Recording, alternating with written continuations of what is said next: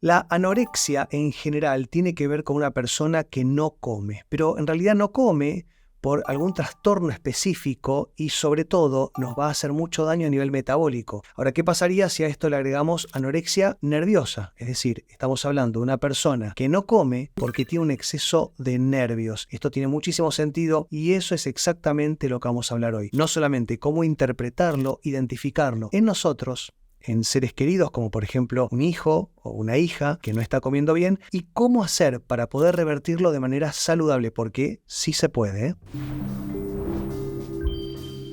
Tenemos que comer, eso es algo que ya sabemos, no hace falta que lo aclare. Nosotros estamos vivos gracias a que ingerimos idealmente alimentos y eventualmente también tomamos agua. Pero cuando estamos con un estado de mucho nerviosismo, cuando no podemos controlar sobre todo lo que pensamos, es cuando muchas veces dejamos de comer. ¿Y por qué? Sí, se supone que muchas veces cuando estamos bajo un evento muy estresante necesitamos comer aún más. ¿Por qué existe la posibilidad que frente a muchos nervios o una situación de muchísimo estrés cortemos completamente la alimentación, ¿no? El ingreso de alimentos en nuestro organismo? Y esto tiene mucho sentido si nosotros retrocedemos unos pocos miles de años, y créanme que no estamos fisiológicamente, ¿no? Metabólicamente no estamos muy lejos, de hecho somos prácticamente lo mismo que hace algunos miles de años atrás. Si estábamos siendo perseguidos o si estábamos bajo peligro, no teníamos la capacidad de sentarnos o quedarnos comiendo. Y tiene sentido.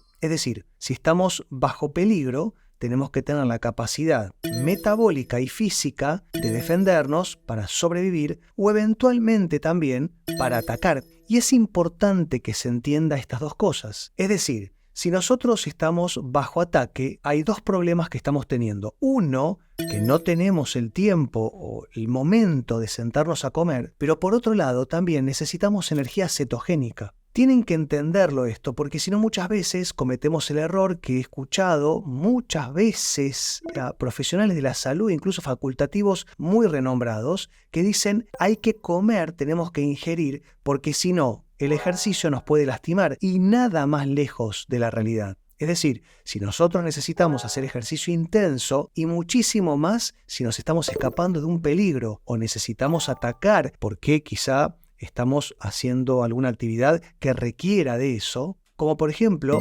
emular un ataque, como puede ser las artes marciales o cualquier deporte. Los deportes son una forma de emular cuestiones en tribu que teníamos antes y nos desenvolvíamos frente quizá caza o recolección. Y ahora nosotros a lo mejor jugamos al fútbol, al básquet, etc. y hacemos este mismo trabajo en equipo para poder generar un objetivo, que en el caso de un deporte sería ganar. Pero si nosotros tenemos mucho sustrato energético negativo, yo me acuerdo en mis primeras épocas, cuando no teníamos la información que existe ahora, porque no existía, no es que no la teníamos, sino que no había esta nueva información, y le dábamos de comer a los futbolistas antes de ir a la competición un plato de pastas, diciéndole que eso les iba a dar mucha energía para poder rendir mejor. Bueno, nada más lejos de la realidad, los estábamos intoxicando, les pido perdón si fueron alumnos míos. La realidad es que últimamente se ha descubierto, y me refiero a los últimos años, ya hace bastante tiempo, que para poder desenvolvernos a nivel físico necesitamos comer menos o no comer. Es decir, nuestro cuerpo tiene que tener la flexibilidad metabólica para utilizar lo que se llaman cuerpos cetónicos,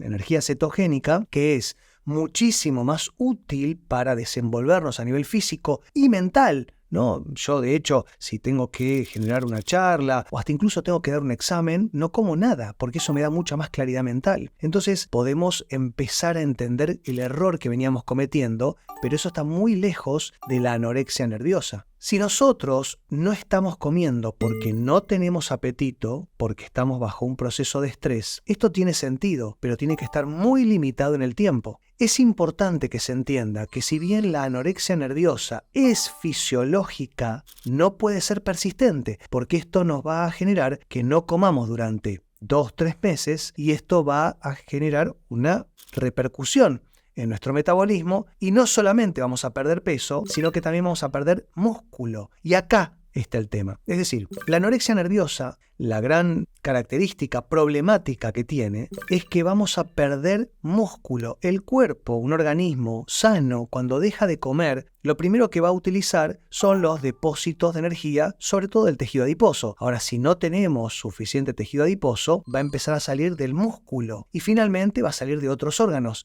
Pero si nosotros mantenemos y sostenemos esta situación, por ejemplo, por 3 meses, y yo conozco mucha gente con anorexia nerviosa que tiene 6 meses o años con este trastorno, que cuando tienen algún problema, sobre todo exámenes en la facultad o en el colegio, alguna situación patológica con su pareja o sus padres, y hablo también de sus padres porque esto es muy común en chicos, sobre todo en niñas, mujeres de entre 15 y 18 años que están en pleno desarrollo hormonal, que están empezando su actividad en relaciones íntimas o relaciones sociales. Todo esto muchas veces se mezcla con lo que tiene que ver con el aspecto físico y piensan erróneamente, no entiendo por qué, pero lo piensan, que cuanto más delgadas o más delgados, mejor. No es así. Nosotros tenemos que tener un peso que nos pertoque, que nos corresponda, y esto se puede interpretar a partir de específicos estudios como por ejemplo la antropometría, que va a medir componente de grasa y músculo en relación a nuestra masa corporal. Pero más allá de eso, si ustedes,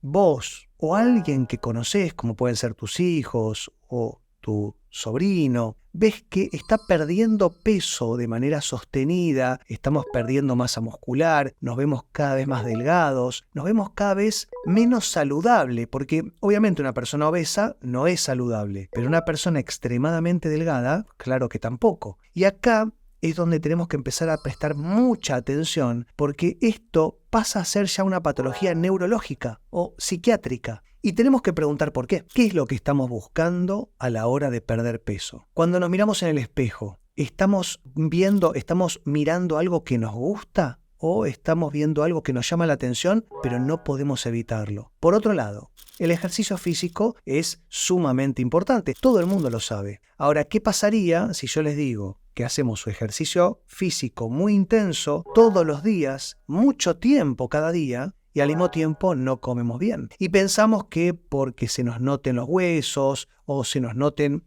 demasiado los músculos, ser demasiado tonificados, esto es algo saludable, y tampoco lo es. Tenemos que tener el criterio que muchas veces se pierde cuando sufrimos anorexia nerviosa. Y sobre todo tenemos que entender cuántas veces por día tengo hambre. Porque si tenemos hambre todo el tiempo, esto no es ni sano ni mucho menos fisiológico. Pero si nunca tenemos hambre y tenemos que obligarnos a comer, estamos en un problema que se llama anorexia nerviosa. Como verán, la anorexia nerviosa por todos lados es un problema, porque aparte de que nos vamos a desnutrir, vamos a perder neuronas. Es decir, los músculos es lo más importante, como les cuento siempre. La clave está en los músculos por las mioquinas, que nos van a dar toda la información de si somos personas saludables o no. Y lo primero que se consume cuando nosotros no estamos comiendo por más de un mes son los músculos. Y esto, particularmente después de los 30, 40 años, es muy difícil de recuperar. Por lo cual, tenemos que entender, cuando nos ponemos nerviosos, cuando tenemos un problema, cuando tenemos alguna situación problemática, ¿nos quita el apetito? ¿Sí o no?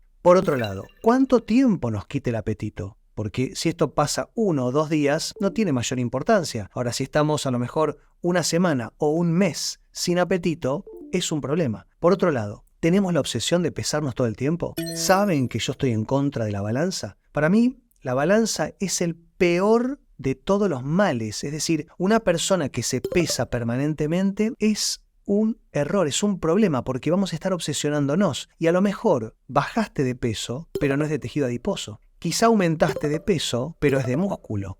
Y esto es algo saludable. Y tenemos que tenerlo en cuenta. Y pesarse permanentemente, sobre todo las personas que quieren perder peso y lo hacen de manera obsesiva, esto es muy poco saludable. Y por el contrario, una persona que está con mucho estrés y piensa que solamente en el peso que nos marca la balanza va a estar la diferencia, es un error.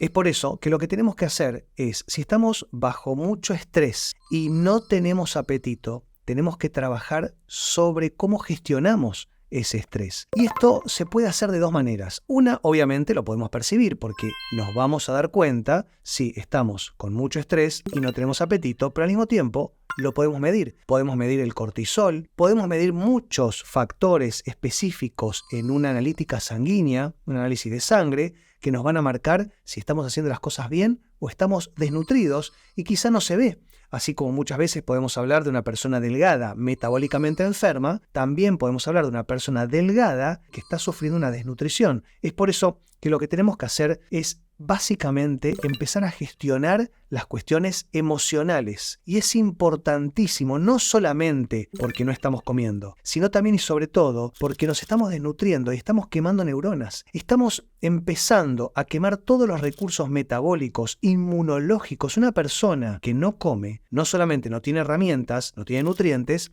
pero al mismo tiempo el propio estrés que los ha llevado a esa persona a la anorexia nerviosa no tiene la capacidad de gestionar el sistema inmunológico porque está permanentemente en alerta y esto va a hacer que tarde o temprano, y créanme, más temprano que tarde, vamos a terminar con un problema de salud grave. Entonces lo que tenemos que hacer es eventualmente utilizar la meditación o el yoga. Podemos utilizar también la estimulación eléctrica transcraneal, que es estímulo como para, entre comillas, resetear todo lo que tiene que ver con las transmisiones eléctricas y poder empezar a darle información a todo el cuerpo, sobre todo al sistema vagal, ¿no? Del nervio vago, del nervio frénico, que sobre todo estos van a ser lo que controlan el apetito, ¿no? Imagínense que el nervio vago llega desde el cerebro, atraviesa el estómago y todo lo que tiene que ver con el sistema visceral, pero al mismo tiempo el estómago, a través de la grelina, nos va a dar apetito. El tejido adiposo, por otro lado, tiene la leptina,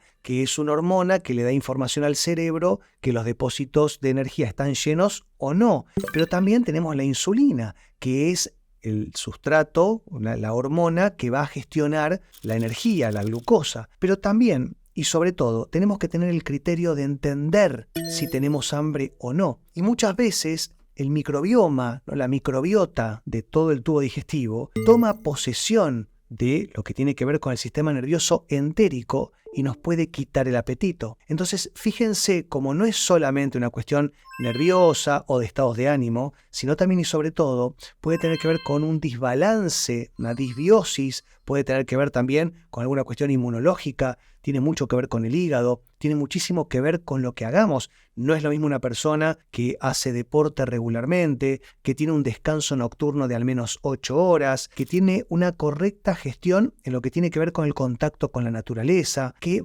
sobre todo tiene nutrientes en la comida, ¿no? Que come alimentos reales y no comida refinada. Imagínense una persona que está sufriendo anorexia nerviosa, cuando se obliga a comer, come algo con harinas o con azúcares o gaseosa o alcohol. Fíjense lo importante de poder gestionar no solamente lo que comemos, sino también nuestras ganas de comer, que no es lo mismo que el apetito real. Entonces, para volver a despertar, para volver a abrir nuestro apetito real, lo que tenemos que hacer primero es bajar nuestros niveles de cortisol, tenemos que bajar nuestros niveles de estrés persistente y eso se hace únicamente teniendo la cabeza en blanco. Siéntense al sol por la mañana sin pensar en nada. Tienen que entender si lo que están viendo en el espejo es algo real o no. Tienen que poder preguntar y sobre todo confiar en la gente que los quiere y cuando les están diciendo que no los ven bien, prestar atención. Y eventualmente, como siempre, pueden utilizar la terapia psicológica, sobre todo la terapia breve y estratégica, o las constelaciones familiares, la decodificación biológica.